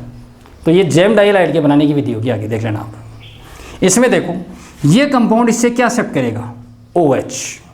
इसमें OH है क्या, अब कहने को तो सारे ये कहते हैं सर OH है, लेकिन अगर OH होता तो और H तो ऐसे होता, और OH के रूप में होता है ये एल्डिहाइड, तो इस कार्बन की वैलेंसी कैसे पूरी होगी। तो ये ऑक्सीजन अलग है, H अलग है, ये ध्यान रखना, OH नहीं इसमें। तो यहाँ पर भी आंसर क्या आएगा, नो रिएक्शन। इससे ये क्या एक्सेप्ट करता है, ऑक्सीजन, क्या बना देता है, एक तो SO2। अब बीच में से यहाँ से ये बंद टूटा है, तो जहाँ बंद जितने बंद टूटते हैं वहाँ उतने बंद बनते हैं। तो ये जैसे ऑक्सीजन ग्रहण करेगा, कितने क्लोरीन मुक्त हो रहे, 2, तो दोनों क्लोरीन यहाँ जुड़ जाएंगे, क्या बन जाएगा, जेम डाई हैलाइड। तो ये जेम डाइलाइड के बनाने की 2 मेथड यहीं आ गए हैं, ठीक है। अब बात करता हूँ कीटोन। तो कीटोन में तो कोई समस्या ही नहीं है, जैसे R कीटोन के बिक्रिया PCl5 से कराओ, ये एक्सेप्ट करेगा, चेंजेस हुआ नहीं, ये करेगा, POCl3 बनेगा, फिक्स है। यहीं से निकले दोनों ऑक्सीजन, तो यहीं पर दोनों क्लोरीन जुड़ेंगे, क्या बनेगा, वापस जेम डाइलाइड। बस इतना ही तो चेंज करना है, R बस। इसमें क्या रहेगा, नो रिएक्शन, क्योंकि इसमें OH है ही नहीं। इसमें क्या एक्सेप्ट करेगा, ये ऑक्सीजन यहाँ निकलेगा, SO2 बना देगा, और दोनों क्लोरीन ये जुड़ेंगे, क्या बनेगा, जेम डाई हैलाइड। अब एल्डिहाइड कीटोन की बात हो गई। अब बात करता हूँ मैं कार्बोक्सिलिक अम्ल की, क्योंकि अभी तक आपने जितने भी कंपाउंड देखे उन सब में एक एक ऑक्सीजन था। लेकिन अगर मान लो आपके कंपाउंड में 2 ऑक्सीजन एक साथ आ जाएं और 2 ऑक्सीजनों की रिएक्शन अगर इनसे करवानी पड़े, तो तरीका क्या होगा, देखो ये जैसे कार्बोक्सिलिक अम्ल है, ये भी कार्बोक्सिलिक अम्ल है, और ये भी कार्बोक्सिलिक अम्ल है, ओके। इसकी रिएक्शन करवानी है PCl5, इसकी रिएक्शन करवानी है PCl3, इसकी रिएक्शन करवानी है थायोनिल क्लोराइड, ओके। जब भी किसी कंपाउंड में एक से अधिक ऑक्सीजन हो, तो आपको उस ऑक्सीजन वहाँ से बॉन्ड ब्रेक करना है जो सिंगल बॉन्ड से जुड़ा हो, क्योंकि डबल बॉन्ड की तुलना में सिंगल बॉन्ड को तोड़ना क्या होता है, आसान। आप जानते हो, एक तो 2 लकड़ियाँ और एक ही लकड़ी हो, किसको तोड़ना आसान होगा, सीधी बात है, सिंगल को। तो ये जो ऑक्सीजन है ये डबल बॉन्ड से जुड़ा हुआ और ये ऑक्सीजन सिंगल बॉन्ड से। तो हमेशा ध्यान रखना, जिस कंपाउंड में 2 ऑक्सीजन आ जाएं और उस कंपाउंड की रिएक्शन अगर इनसे करवानी हो कभी भी, तो हमेशा कौन सा ऑक्सीजन टूटेगा, सिंगल बॉन्ड वाला। तो ये ऑक्सीजन निकलेगा यहाँ से, अब बीच में से निकल रहा है, देख लो ये निकलेगा, क्या बना देगा, ये POCl3। अब बीच में से टूटा है तो एक क्या बनेगा, कितने क्लोरीन मुक्त किए इसने, 2, एक तो क्या बन गया HCl और एक क्या बन गया RCOCl, अम्ल क्लोराइड बन गया। ये हमेशा इस कंपाउंड से क्या एक्सेप्ट करता है, OH है इसमें, कितने OH, 3 ले लिए, क्या बन गया H3PO3, ये भी 3 है, ये भी 3 है, क्या बन गया, अम्ल क्लोराइड। ये कंपाउंड इससे क्या एक्सेप्ट करता है हमेशा, ऑक्सीजन, क्या बन गया SO2, बीच में से निकला है तो ये क्या बन जाएगा HCl और ये क्या बन जाएगा, अम्ल क्लोराइड। तो ये ट्रिक ध्यान रखना थोड़ा सी, बहुत बढ़िया ट्रिक है और बहुत सारी रिएक्शन आपकी सॉल्व हो जाएंगी इससे, ठीक है। ये था एल्कोहल से हेलो एल्केन बनाने का मेथड। अगली बात करते हैं हेलोजन विनिमय द्वारा आप हेलो एल्केन कैसे बनाओगे। अगली रिएक्शन का नाम क्या है, हेलोजन विनिमय द्वारा। हैलोजन फोर्थ मेथड है हैलोजन विनिमय द्वारा। पहला मेथड आपने पढ़ा था एल्कीन पर HX के योग से आपने हेलो एल्कीन बनाया था।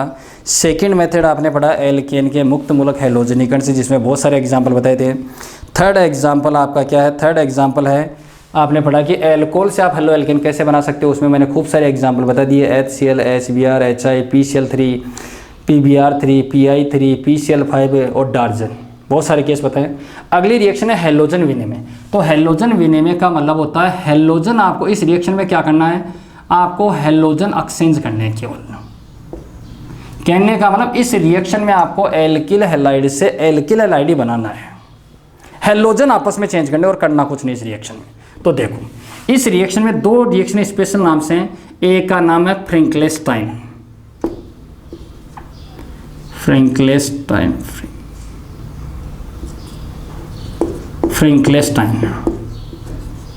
एक का तो नाम क्या है? फ्रिंकलेस्टाइन अभिक्रिया। फ्रिंकलेस्टाइन वैज्ञानिक का नाम है। फ्रिंकलेस्टाइन अभिक्रिया में क्या करते हैं? फ्रिंकलेस्टाइन अभिक्रिया में क्या किया जाता है बेटा? क्या तो लिया जाता है एल्किल क्लोराइड और या लिया जाता है एल्किल ब्रोमाइड। और एल्किल क्लोराइड या एल्किल ब्रोमाइड की रिएक्शन किससे करवाई जाती है? सोडियम आयोडाइड से। किससे करवाई जाती है? सोडियम आयोडाइड से। किसकी उपस्थिति में? शुष्क एसीटोन की उपस्थिति में। शुष्क एसीटोन। रिएक्शन का मतलब मैंने शुरुआत में बता दिया था, हैलोजन एक्सचेंज करने हैं। तो हैलोजन कौन है? इधर दोनों में से एक को ही लेना, चाहे क्लोरीन ले लो चाहे ब्रोमीन। इधर क्या है? क्लोरीन, और इधर कौन है? आयोडीन। हैलोजन है। हैलोजन को आपस में क्या करना है? चेंज। एक्सचेंज का मतलब चेंज कर दो। तो क्लोरीन यहाँ चला जाएगा और आयोडीन यहाँ चला जाएगा। क्या बनेगा अपने पास? एल्किल आयोडाइड, और क्या निकल गया बाहर? NaCl। ये एल्किल आयोडाइड के बनाने की स्पेशल विधि होती है जिसका नाम होता है फ्रिंकलेस्टाइन अभिक्रिया।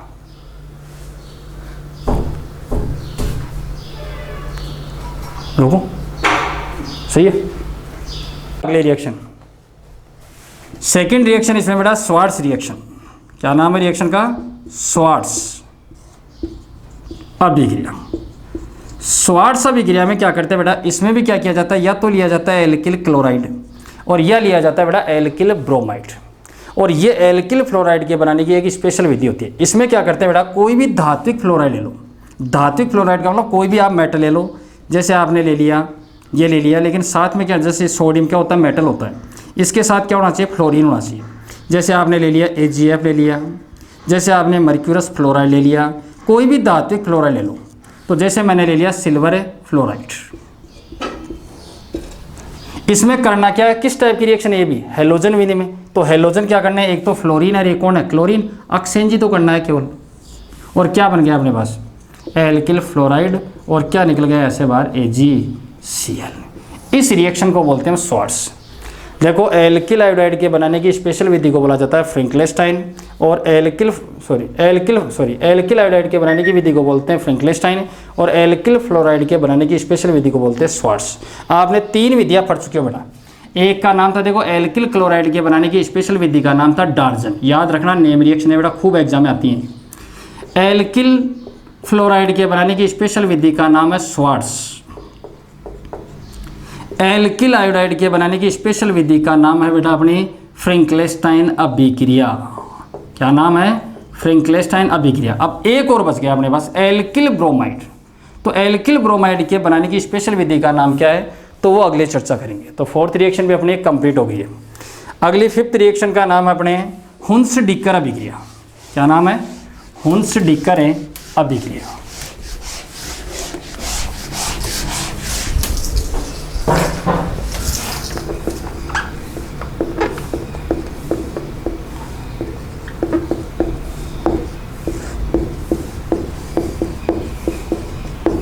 हुन्स-डिकर अभिक्रिया। हुन्स-डिकर अभिक्रिया, हुन्स-डिकर कौन था? एक वैज्ञानिक था बेटा, और इसने ये अभिक्रिया बताई थी। इसने प्रयोगशाला में क्या किया था कि इसने सबसे पहले क्या लिया? एक टेस्ट ट्यूब ली, और इसमें क्या किया कि मोनोकार्बोक्सिलिक अम्लों का इसने क्या ले लिया? Silver salt. मोनोकार्बोक्सिलिक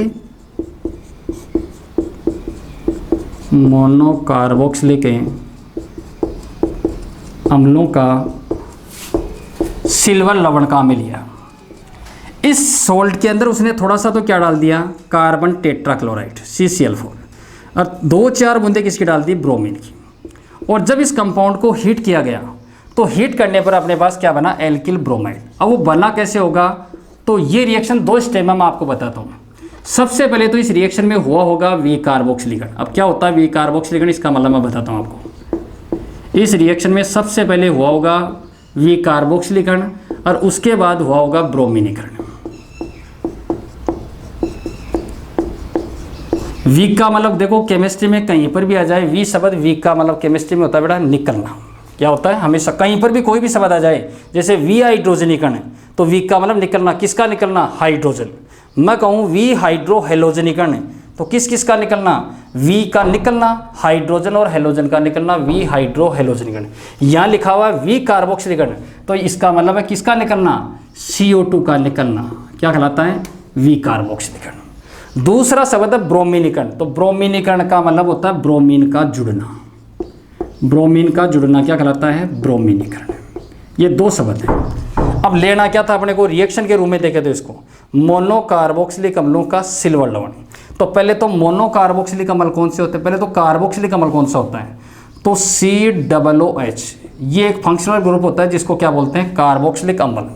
और जिस कंपाउंड में केवल एक ही कार्बोक्सिलिक समूह उपस्थित होता है उसको बोलते हैं मोनोकार्बोक्सिलिक अम्ल। जैसे देखो, जैसे मैंने ले लिया CH3COOH, एक एग्जाम्पल ले लिया CH2COOH, CH2COOH, एक एग्जाम्पल और ले लूँ जैसे CH2COOH, CHCOOH और CH2COOH। इधर देखो, इसमें भी कार्बोक्सिलिक समूह है, इसमें भी कार्बोक्सिलिक समूह, इसमें भी है। लेकिन इस कंपाउंड में कितने कार्बोक्सिलिक समूह हैं, 1। इसमें कितने बेटा, 2। और इसमें कितने हैं, 3।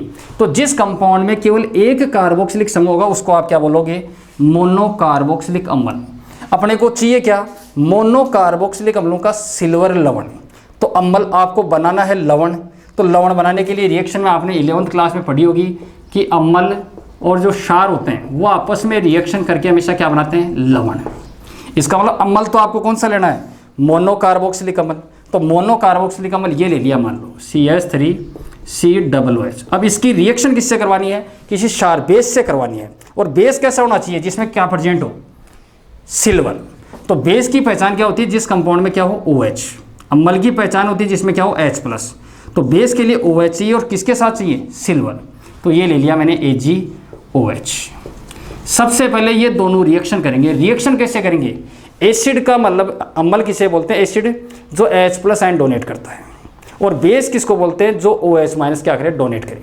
तो एसिड से तो क्या निकलेगा, H+, बेस से क्या निकलेगा, OH, बचा हुआ क्या है, CH3COOH। ये क्या बन चुका आपके पास, लवण बन चुका है। नाम क्या हुआ, इसका नाम था मोनोकार्बोक्सिलिक अम्ल। ये क्या था अपने पास, सिल्वर हाइड्रोक्साइड। दोनों को जोड़ दिया तो क्या बन गया, मोनोकार्बोक्सिलिक अम्लों का सिल्वर लवण। यही लिया था। अब इस मोनोकार्बोक्सिलिक अम्लों के सिल्वर लवण की रिएक्शन किससे करवानी है, एक तो ब्रोमीन से, एक CCl4। तो सबसे पहले तो ये काम में लो वापस, CH3COOH। इसकी रिएक्शन एक तो ब्रोमीन से करवानी है और किसकी उपस्थिति में करवानी है, CCl4। रिएक्शन में करना क्या है, 2 काम बताए थे। सबसे पहले क्या निकालना है, CO2, क्योंकि क्या करवाना है इस रिएक्शन में, वी कार्बोक्सिलिकरण। तो CO2 का ही नजर आ रहा है, ये रहा, निकाल दो, ये लो जी भाई। दूसरा काम क्या करवाना है, ब्रोमीनीकरण। ये निकालते आपको क्या जोड़ना है, ब्रोमीन। तो ये बीच में से निकला है तो ये अलग हो गया और ये अलग हो गया। तो एक ब्रोमीन इससे जोड़ दो और एक ब्रोमीन इससे जोड़ दो, क्या बन गया अपने पास, CH3Br और ये क्या बन गया, AgBr। और ये क्या बन गया अपने पास, मेथिल ब्रोमाइड। कहने का मतलब क्या बन चुका है, हेलो एल्केन। ये इसका कौन सा मेथड था, 5वां मेथड था। दोबारा देख लो, समझ में नहीं आया। इस रिएक्शन की एक खास विशेषता बेटा, क्योंकि आप जो अभिकारक लेते हो उस अभिकारक में कार्बन कितने हैं, 2 हैं जैसे, लेकिन बनने वाले प्रोडक्ट में कार्बन कितने हैं, 1। तो इस अभिक्रिया के द्वारा आप कार्बन की संख्या को, कहीं पर आपको कार्बन की संख्या कम करनी हो तो इस अभिक्रिया का आप वहाँ पर उपयोग कर सकते हो। इसलिए ये मेन रिएक्शन है। अगली रिएक्शन अपनी एलिफेटिक प्राथमिक एमीन्स।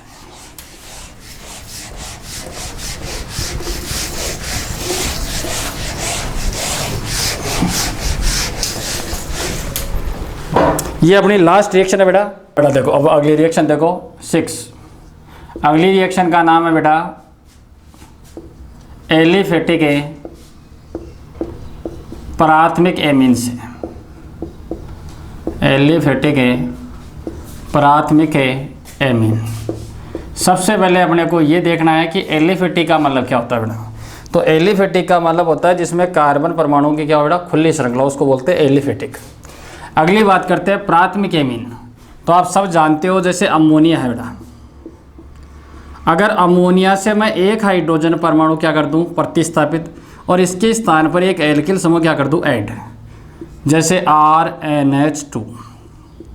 ऐसे अगर एक हाइड्रोजन और हटा दूं और एक एल्किल समूह जोड़ दूं तो R2NH, अभी भी हाइड्रोजन है, एक हाइड्रोजन और हटा दूं और एक एल्किल समूह जोड़ दूं R3N। देखो नाइट्रोजन कंपाउंड से जब भी नाइट्रोजन परमाणु से केवल एक एल्किल समूह जुड़ा होगा तो उसको आप बोलोगे 1 डिग्री एमीन। कहने का मतलब प्राथमिक एमीन बोलोगे।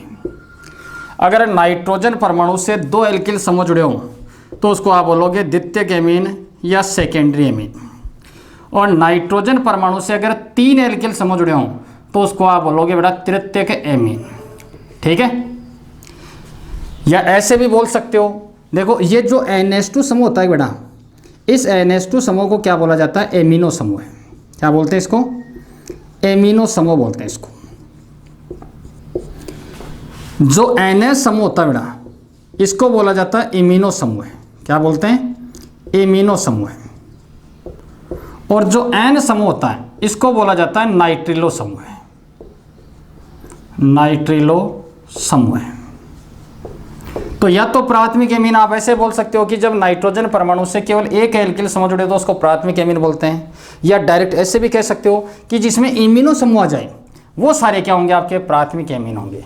जिसमें इमिनो समूह आ जाए उसको क्या बोलोगे आप द्वितीयक एमीन, और जिसमें नाइट्रिलो समूह उपस्थित हो उसको आप क्या बोलोगे तृतीयक एमीन। तो अपने को एलिफेटिक प्राथमिक एमीन से क्या बनाना है हेलो एल्केन। तो एलिफेटिक प्राथमिक एमीन समझ गए। R का मतलब है एल्किल समूह है। अब एल्किल समूह तो आप पढ़ चुके हो पहले, मेथिल, एथिल, प्रोपिल, ब्यूटिल, कोई भी ले सकते हो जो लाइक। मैं उस चीज़ को क्या दर्शाता हूँ R। अब एग्जाम में यहाँ पर मेथिल एथिल कुछ भी दिया हो सकता है, लेकिन तरीका वही रहेगा। देखो जैसे